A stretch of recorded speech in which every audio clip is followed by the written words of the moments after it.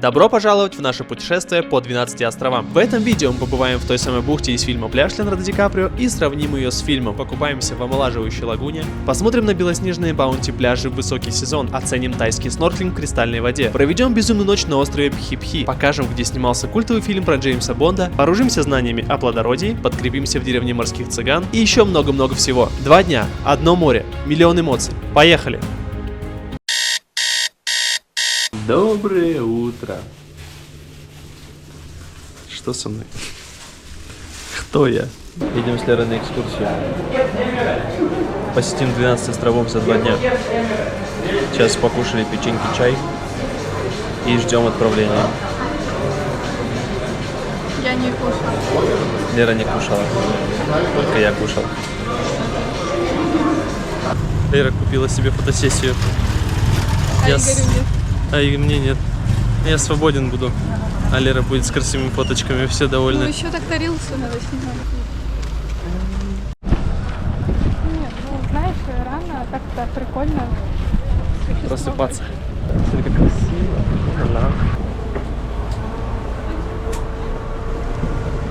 Так, ну что, еще раз всем доброе утро.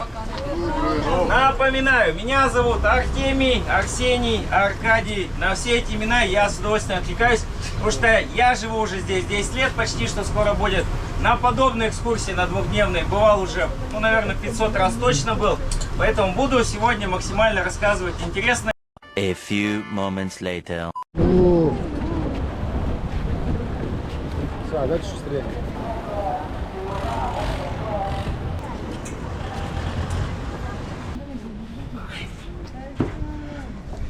Прибыли на Майя-Бэй. Тут нельзя купаться на пляже, где снимался пляж. Рифовые акулы завелись. Поэтому мы заплыли с другой стороны. И можно подойти на пляж сам. Просто выйти погулять по нему.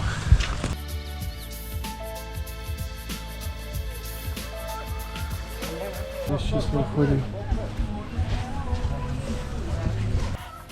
Ты только посмотри.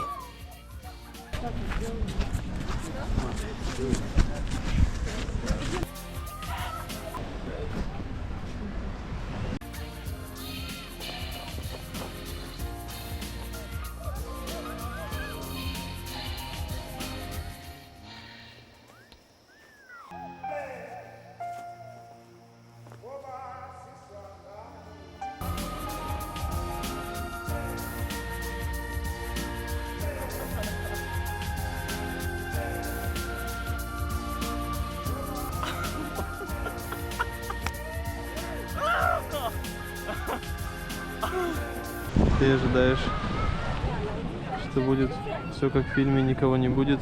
Реальность.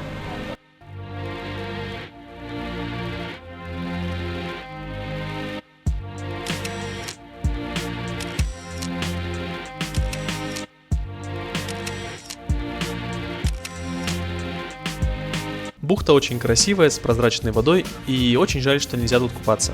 Во время пандемии, когда поток туристов снизился, акулы тоже посчитали, что это невероятно красивое место.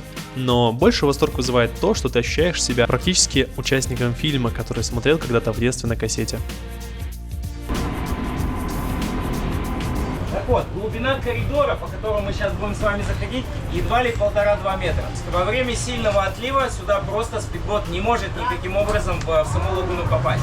Но глубина лагуны в самом ее центре 30-31 метр, что является самой глубокой точкой Андаманского моря вообще этой части. Предположительно, когда-то произошел паровой взрыв, то есть накопились какие-то газы, произошел из-за этого образовался котлован. В связи с этим есть интересная особенность данного места, что данный котлован является, по сути, природным фильтром для солей и минералов.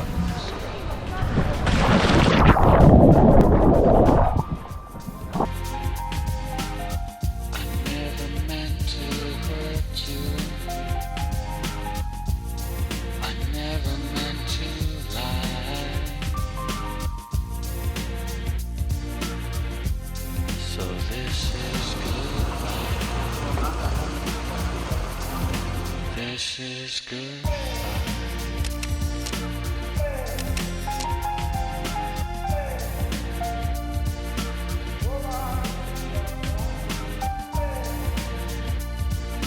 Пещера викингов – одна из загадок Пхипхилей. Название она получила из-за древних рисунков кораблей на стенах, похожих на дракары. Но главная ценность здесь – это гнезда саланганов, из которых в Китае делают дорогой деликатес – суп из птичьих гнезд. Сбор гнезд строго охраняется, внутрь туристов не пускают, поэтому увидеть пещеру можно только с воды. Далее, пляж обезьян. Мы сюда не высаживаемся и вам не советуем. Обезьяны могут поцарапать, укусить или стащить вещи, поэтому мы наблюдаем их с лодки. Тут нам рассказали, что в Таиланде есть тюремный остров для обезьян. Туда свозят самых наглых воришек, тех, кто слишком мешает жить людям, крадет еду, сумки и даже кошельки у туристов. На материк они уже не возвращаются. Живут на своем маленьком клочке земли в море, дожидаясь лодки с очередной порцией фруктов.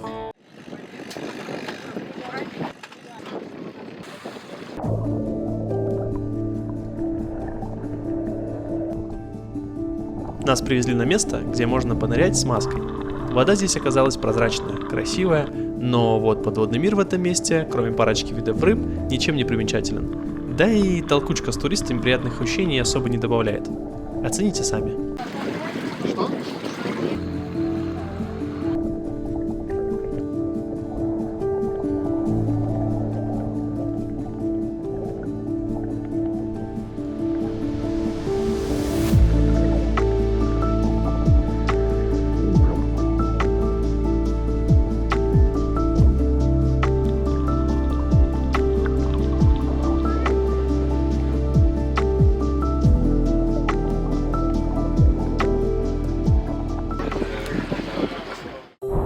Мы приехали на пляж Бамбу. Это один из самых красивых пляжей в архипелаге Пхипхи. Просто посмотрите на цвет этой воды. Она безумная. Просто баунти, райское наслаждение. Фотосессии. У Леры сейчас тоже фотосессия будет.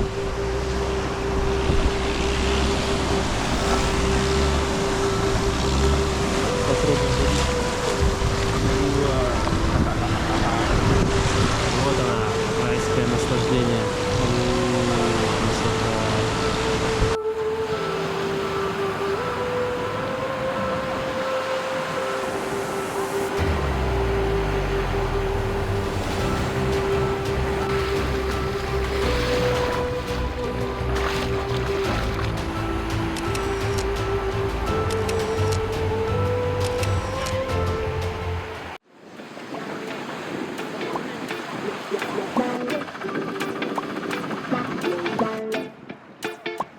Если вы все-таки хотите побывать на пляже Бамбу без людей, приезжайте сюда рано утром или в низкий сезон. Я на этой экскурсии был уже второй раз, и первый раз был в низкий сентябрьский сезон. Никого из людей здесь не было вообще. В противном случае вам придется наслаждаться вот таким вот соседством.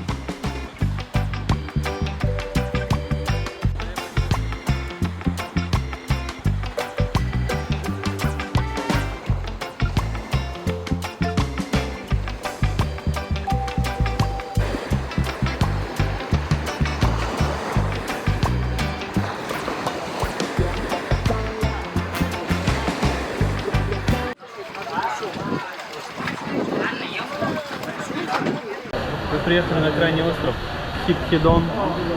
Сейчас у нас обед. 40 минут кушаем, дальше заселяемся. Во время экскурсии еда всегда подается по системе шведского стола. Берешь тарелку и набираешь то, что нравится. После обеда нам раздали ключи от номеров, которые входят в стоимость экскурсии. Нам повезло, и нам достался видовой номер с краю, да еще и на втором этаже.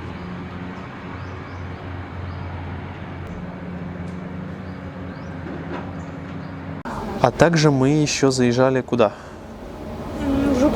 Мы наконец-то добрались до самого главного острова архипелага Пхипхи, Пхипхидон.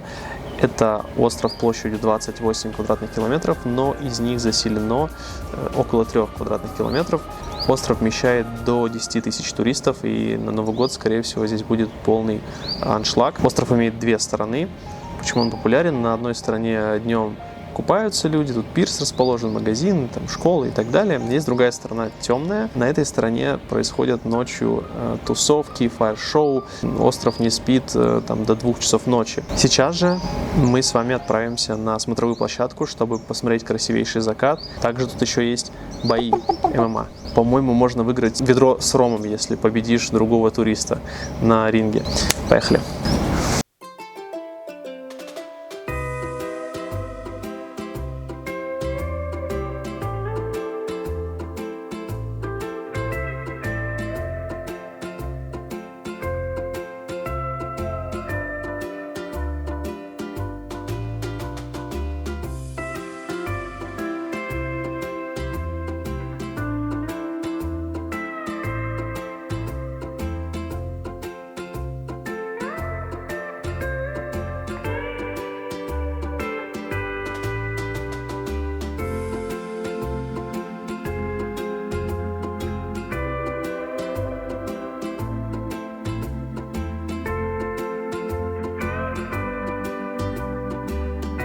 Мы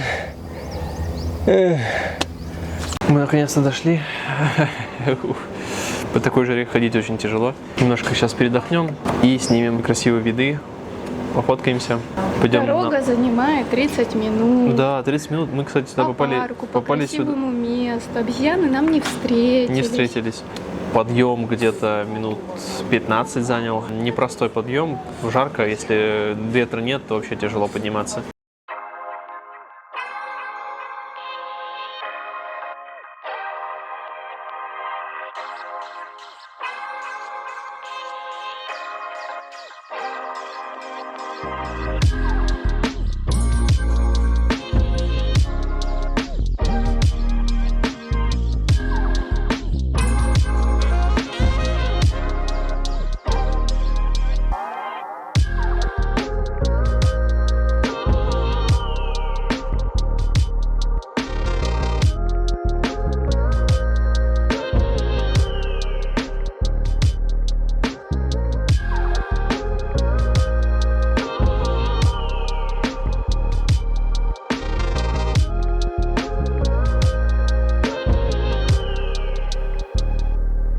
Будучи на Пхукете, must-have – это взять какой-нибудь тур на острова.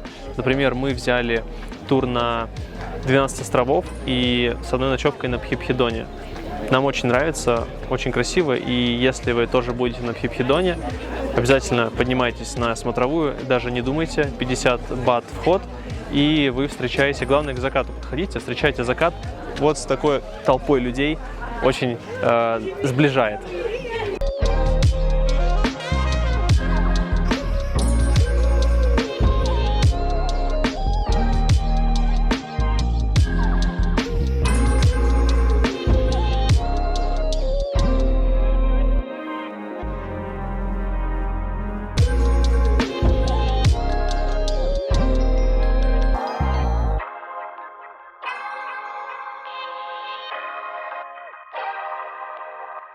После ужина мы пошли на фаер-шоу, веселиться на темной стороне. А этот парень в цветастой толстовке – наша мама-утка. Ну так его Лера назвала, он вел нас, чтобы мы не заблудились.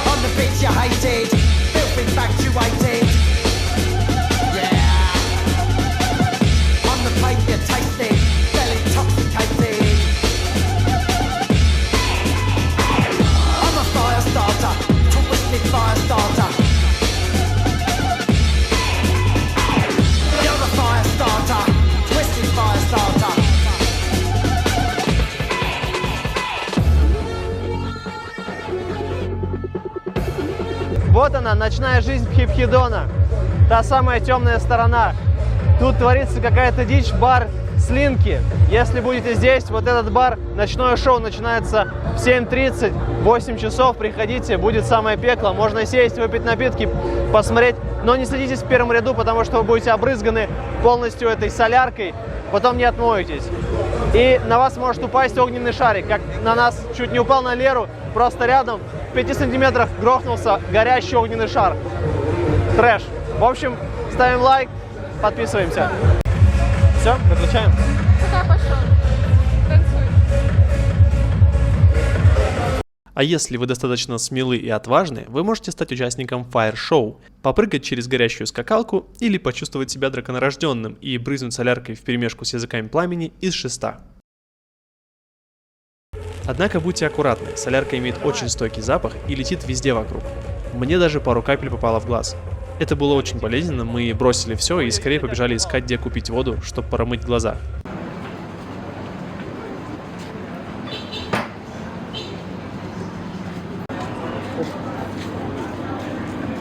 Нам с Лерой оказалось мало, и мы почти в 10 часов вечера поедем смотреть на планктон, который светится вот так вот ручкой вводишь, и водичка подсвечивается, как я сейчас. Вот. Чудо света будем наблюдать. Постараемся вам показать, но если покажется, то покажем. Не покажется, покажем, что покажем.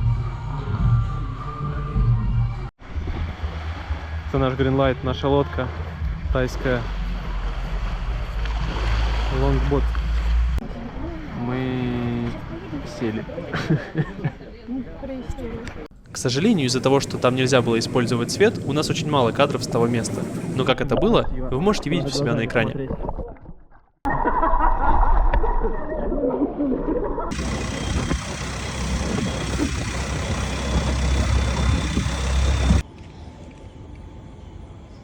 Ё-моё!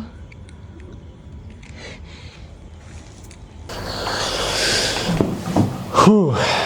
В общем, нам оказалось мало нашего фаер-шоу, и мы с Лерой подслушали у одного тайца. Оказывается, можно снять целую лодку за 1500 бат и поплыть к планктону, который светится. Когда вы вводите вот так вот рукой, планктон начинает светиться в воде.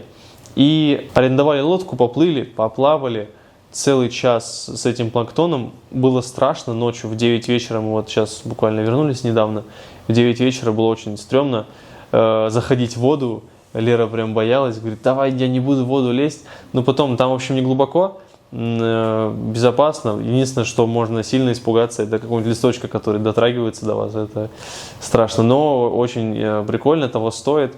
Если подходите на пирс, там к лодкам, спрашиваете, говорите, хочу вот ехать, это буквально 5 минут от Пхипхидона, и вы уже на месте. Но это может быть не каждый день, потому что этот непостоянный планктон может быть сегодня там, завтра там, и самое главное, он боится света. Поэтому если луна большая, там, то вы вряд ли увидите. Нужно прям потемнее местечко выбрать. Вот, а мы сейчас спать. Завтра будет продолжение нашей экскурсии. Мы проснулись, потянулись и выдвигаемся обратно на завтрак и на лодку. Зачем? Мышленным скалолазанием, альпинизмом, которые любят полазить по горам. Вот для них здесь прям это место, которое специально сюда прибывает, чтобы поставить себе галочку, что мы здесь полазали. Возможно, сейчас вы даже уже увидите, они рано начинают. Пойдемте покажу вам кое-что интересное.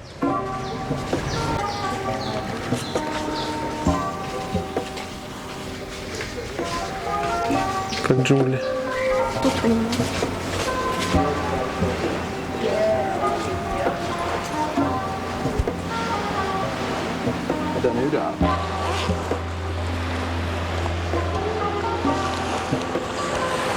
Мы находимся на острове Ралей. В эту часть острова попасть можно только с лодки, потому что от остальной части острова она отделена природной стеной, природной горой большой, и никаких тоннелей, дорог сюда не ведет. Самая главная достопримечательность этого острова – это пещера Прананг, пещера плодородия. Здесь была такая история, что жила семья, рыбак и принцесса, и рыбак ушел куда-то в море, не вернулся, и принцесса жила одна, без детей, и в этой пещере и умерла. И теперь считается, что здесь живет ее дух, который помогает людям в плодородии. То есть, если у вас есть проблемы, вы хотите ребенка, но не можете, вы можете прийти сюда, загадать желание, и если ваше желание осуществляется, вы сюда приезжаете обратно, вытачиваете вот такой вот предмет и приносите сюда в знак благодарности для того, что ваше желание исполнилось, и все. Вы только посмотрите на эту гору. Тут есть спичка. Тут есть стразы. На любой вкус и цвет выбирайте.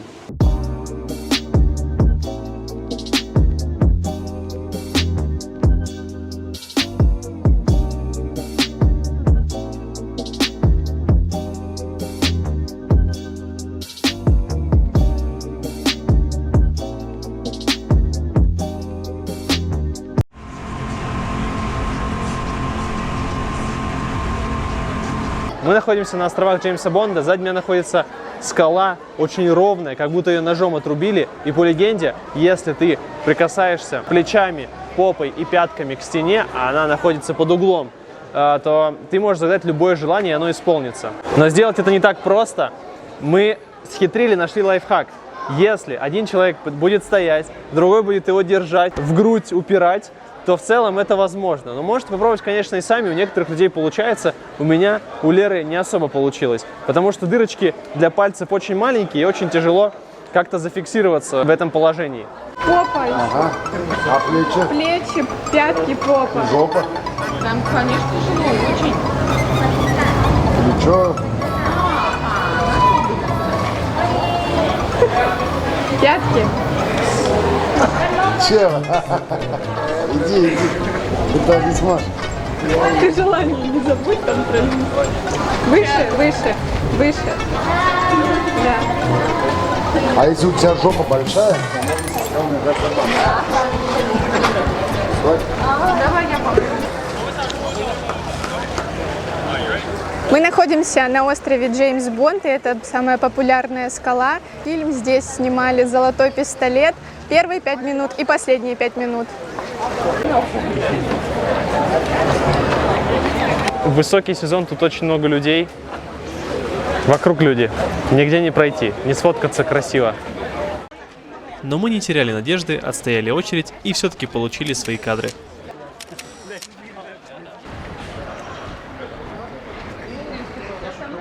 Мы заехали пообедать в цыганскую деревню на воде. Как она здесь вообще появилась? Малайзийские цыгане искали место, где можно обжиться, приплыли в Таиланд, и на земле им строиться было нельзя. Они решили, что построят деревню на воде. И вот она здесь. В какой-то момент король говорит: даю вам гражданство. И все, теперь это полноправные жители Таиланда со своим паспортом. Единственная постройка, которая здесь стоит на земле, это мечеть, которая находится сзади меня. Еще один интересный факт об этом месте. Цыгане построили футбольное поле из досок и играли тут в футбол. В какой-то момент они выигрывают чемпионат Таиланда по футболу. Их замечает король и строит им настоящее футбольное поле на сваях. Оно есть немного дальше. Молодцы, круто.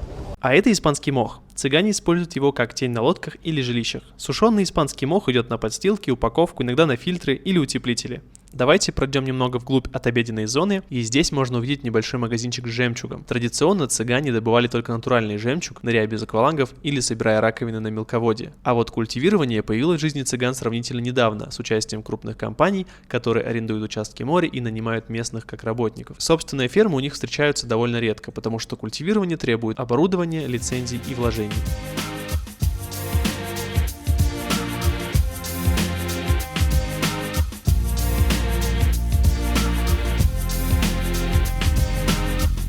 Приплыли в провинцию Пхангад, чтобы поплавать на маленьких лодочках вокруг маленьких островов. Дерка, что мы делаем?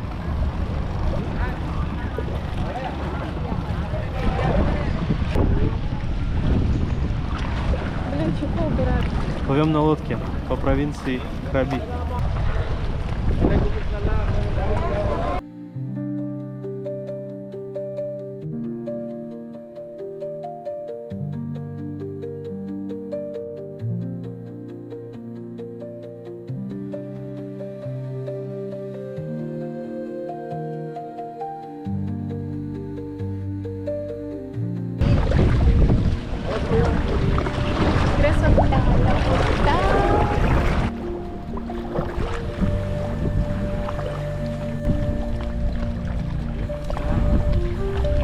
Пиранья. Это, кстати, пиранья, Лер, сзади. Пиранья. Пиранья. Где? Сзади. Вот это пиранья. Вот пиранья.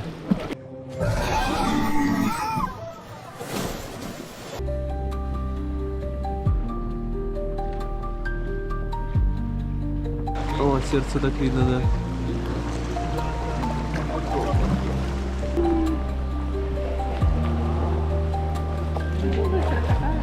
Да. Тебя тоже так запустили?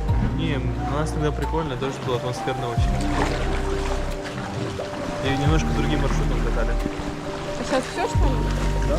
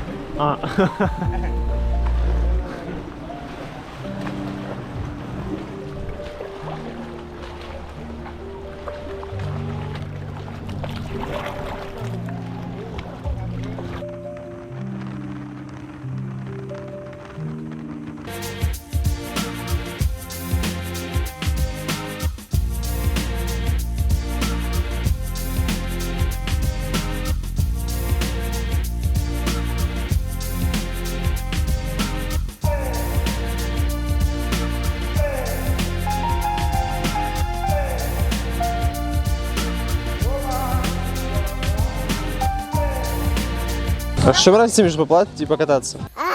Последняя остановка нашей экскурсии – это пляж Нака, коммерческий пляж с белым песком, на котором можно полетать на парашюте, покататься на гидроциклах, попить вкусных напитков и просто хорошо провести время. Мы здесь просто чилим, отдыхаем и готовимся к поездке уже на Пхукет, возвращению домой. Нам экскурсия очень понравилась. Интересно, много всего посмотрели, много островов объездили. 12 островов за одну ночь, считай, и 2 дня. Нас 3 раза покормили и хорошо провели время. Подписывайтесь на наш Инстаграм, Телеграм. В Телеграме мы первые новости выкладываем о том, где мы сейчас, что мы делаем, прям вот в режиме лайв. В Инстаграме у нас интересные рилсы мы снимаем, поэтому ждем вас там. Подписывайтесь, проводим еще разные интересные конкурсы.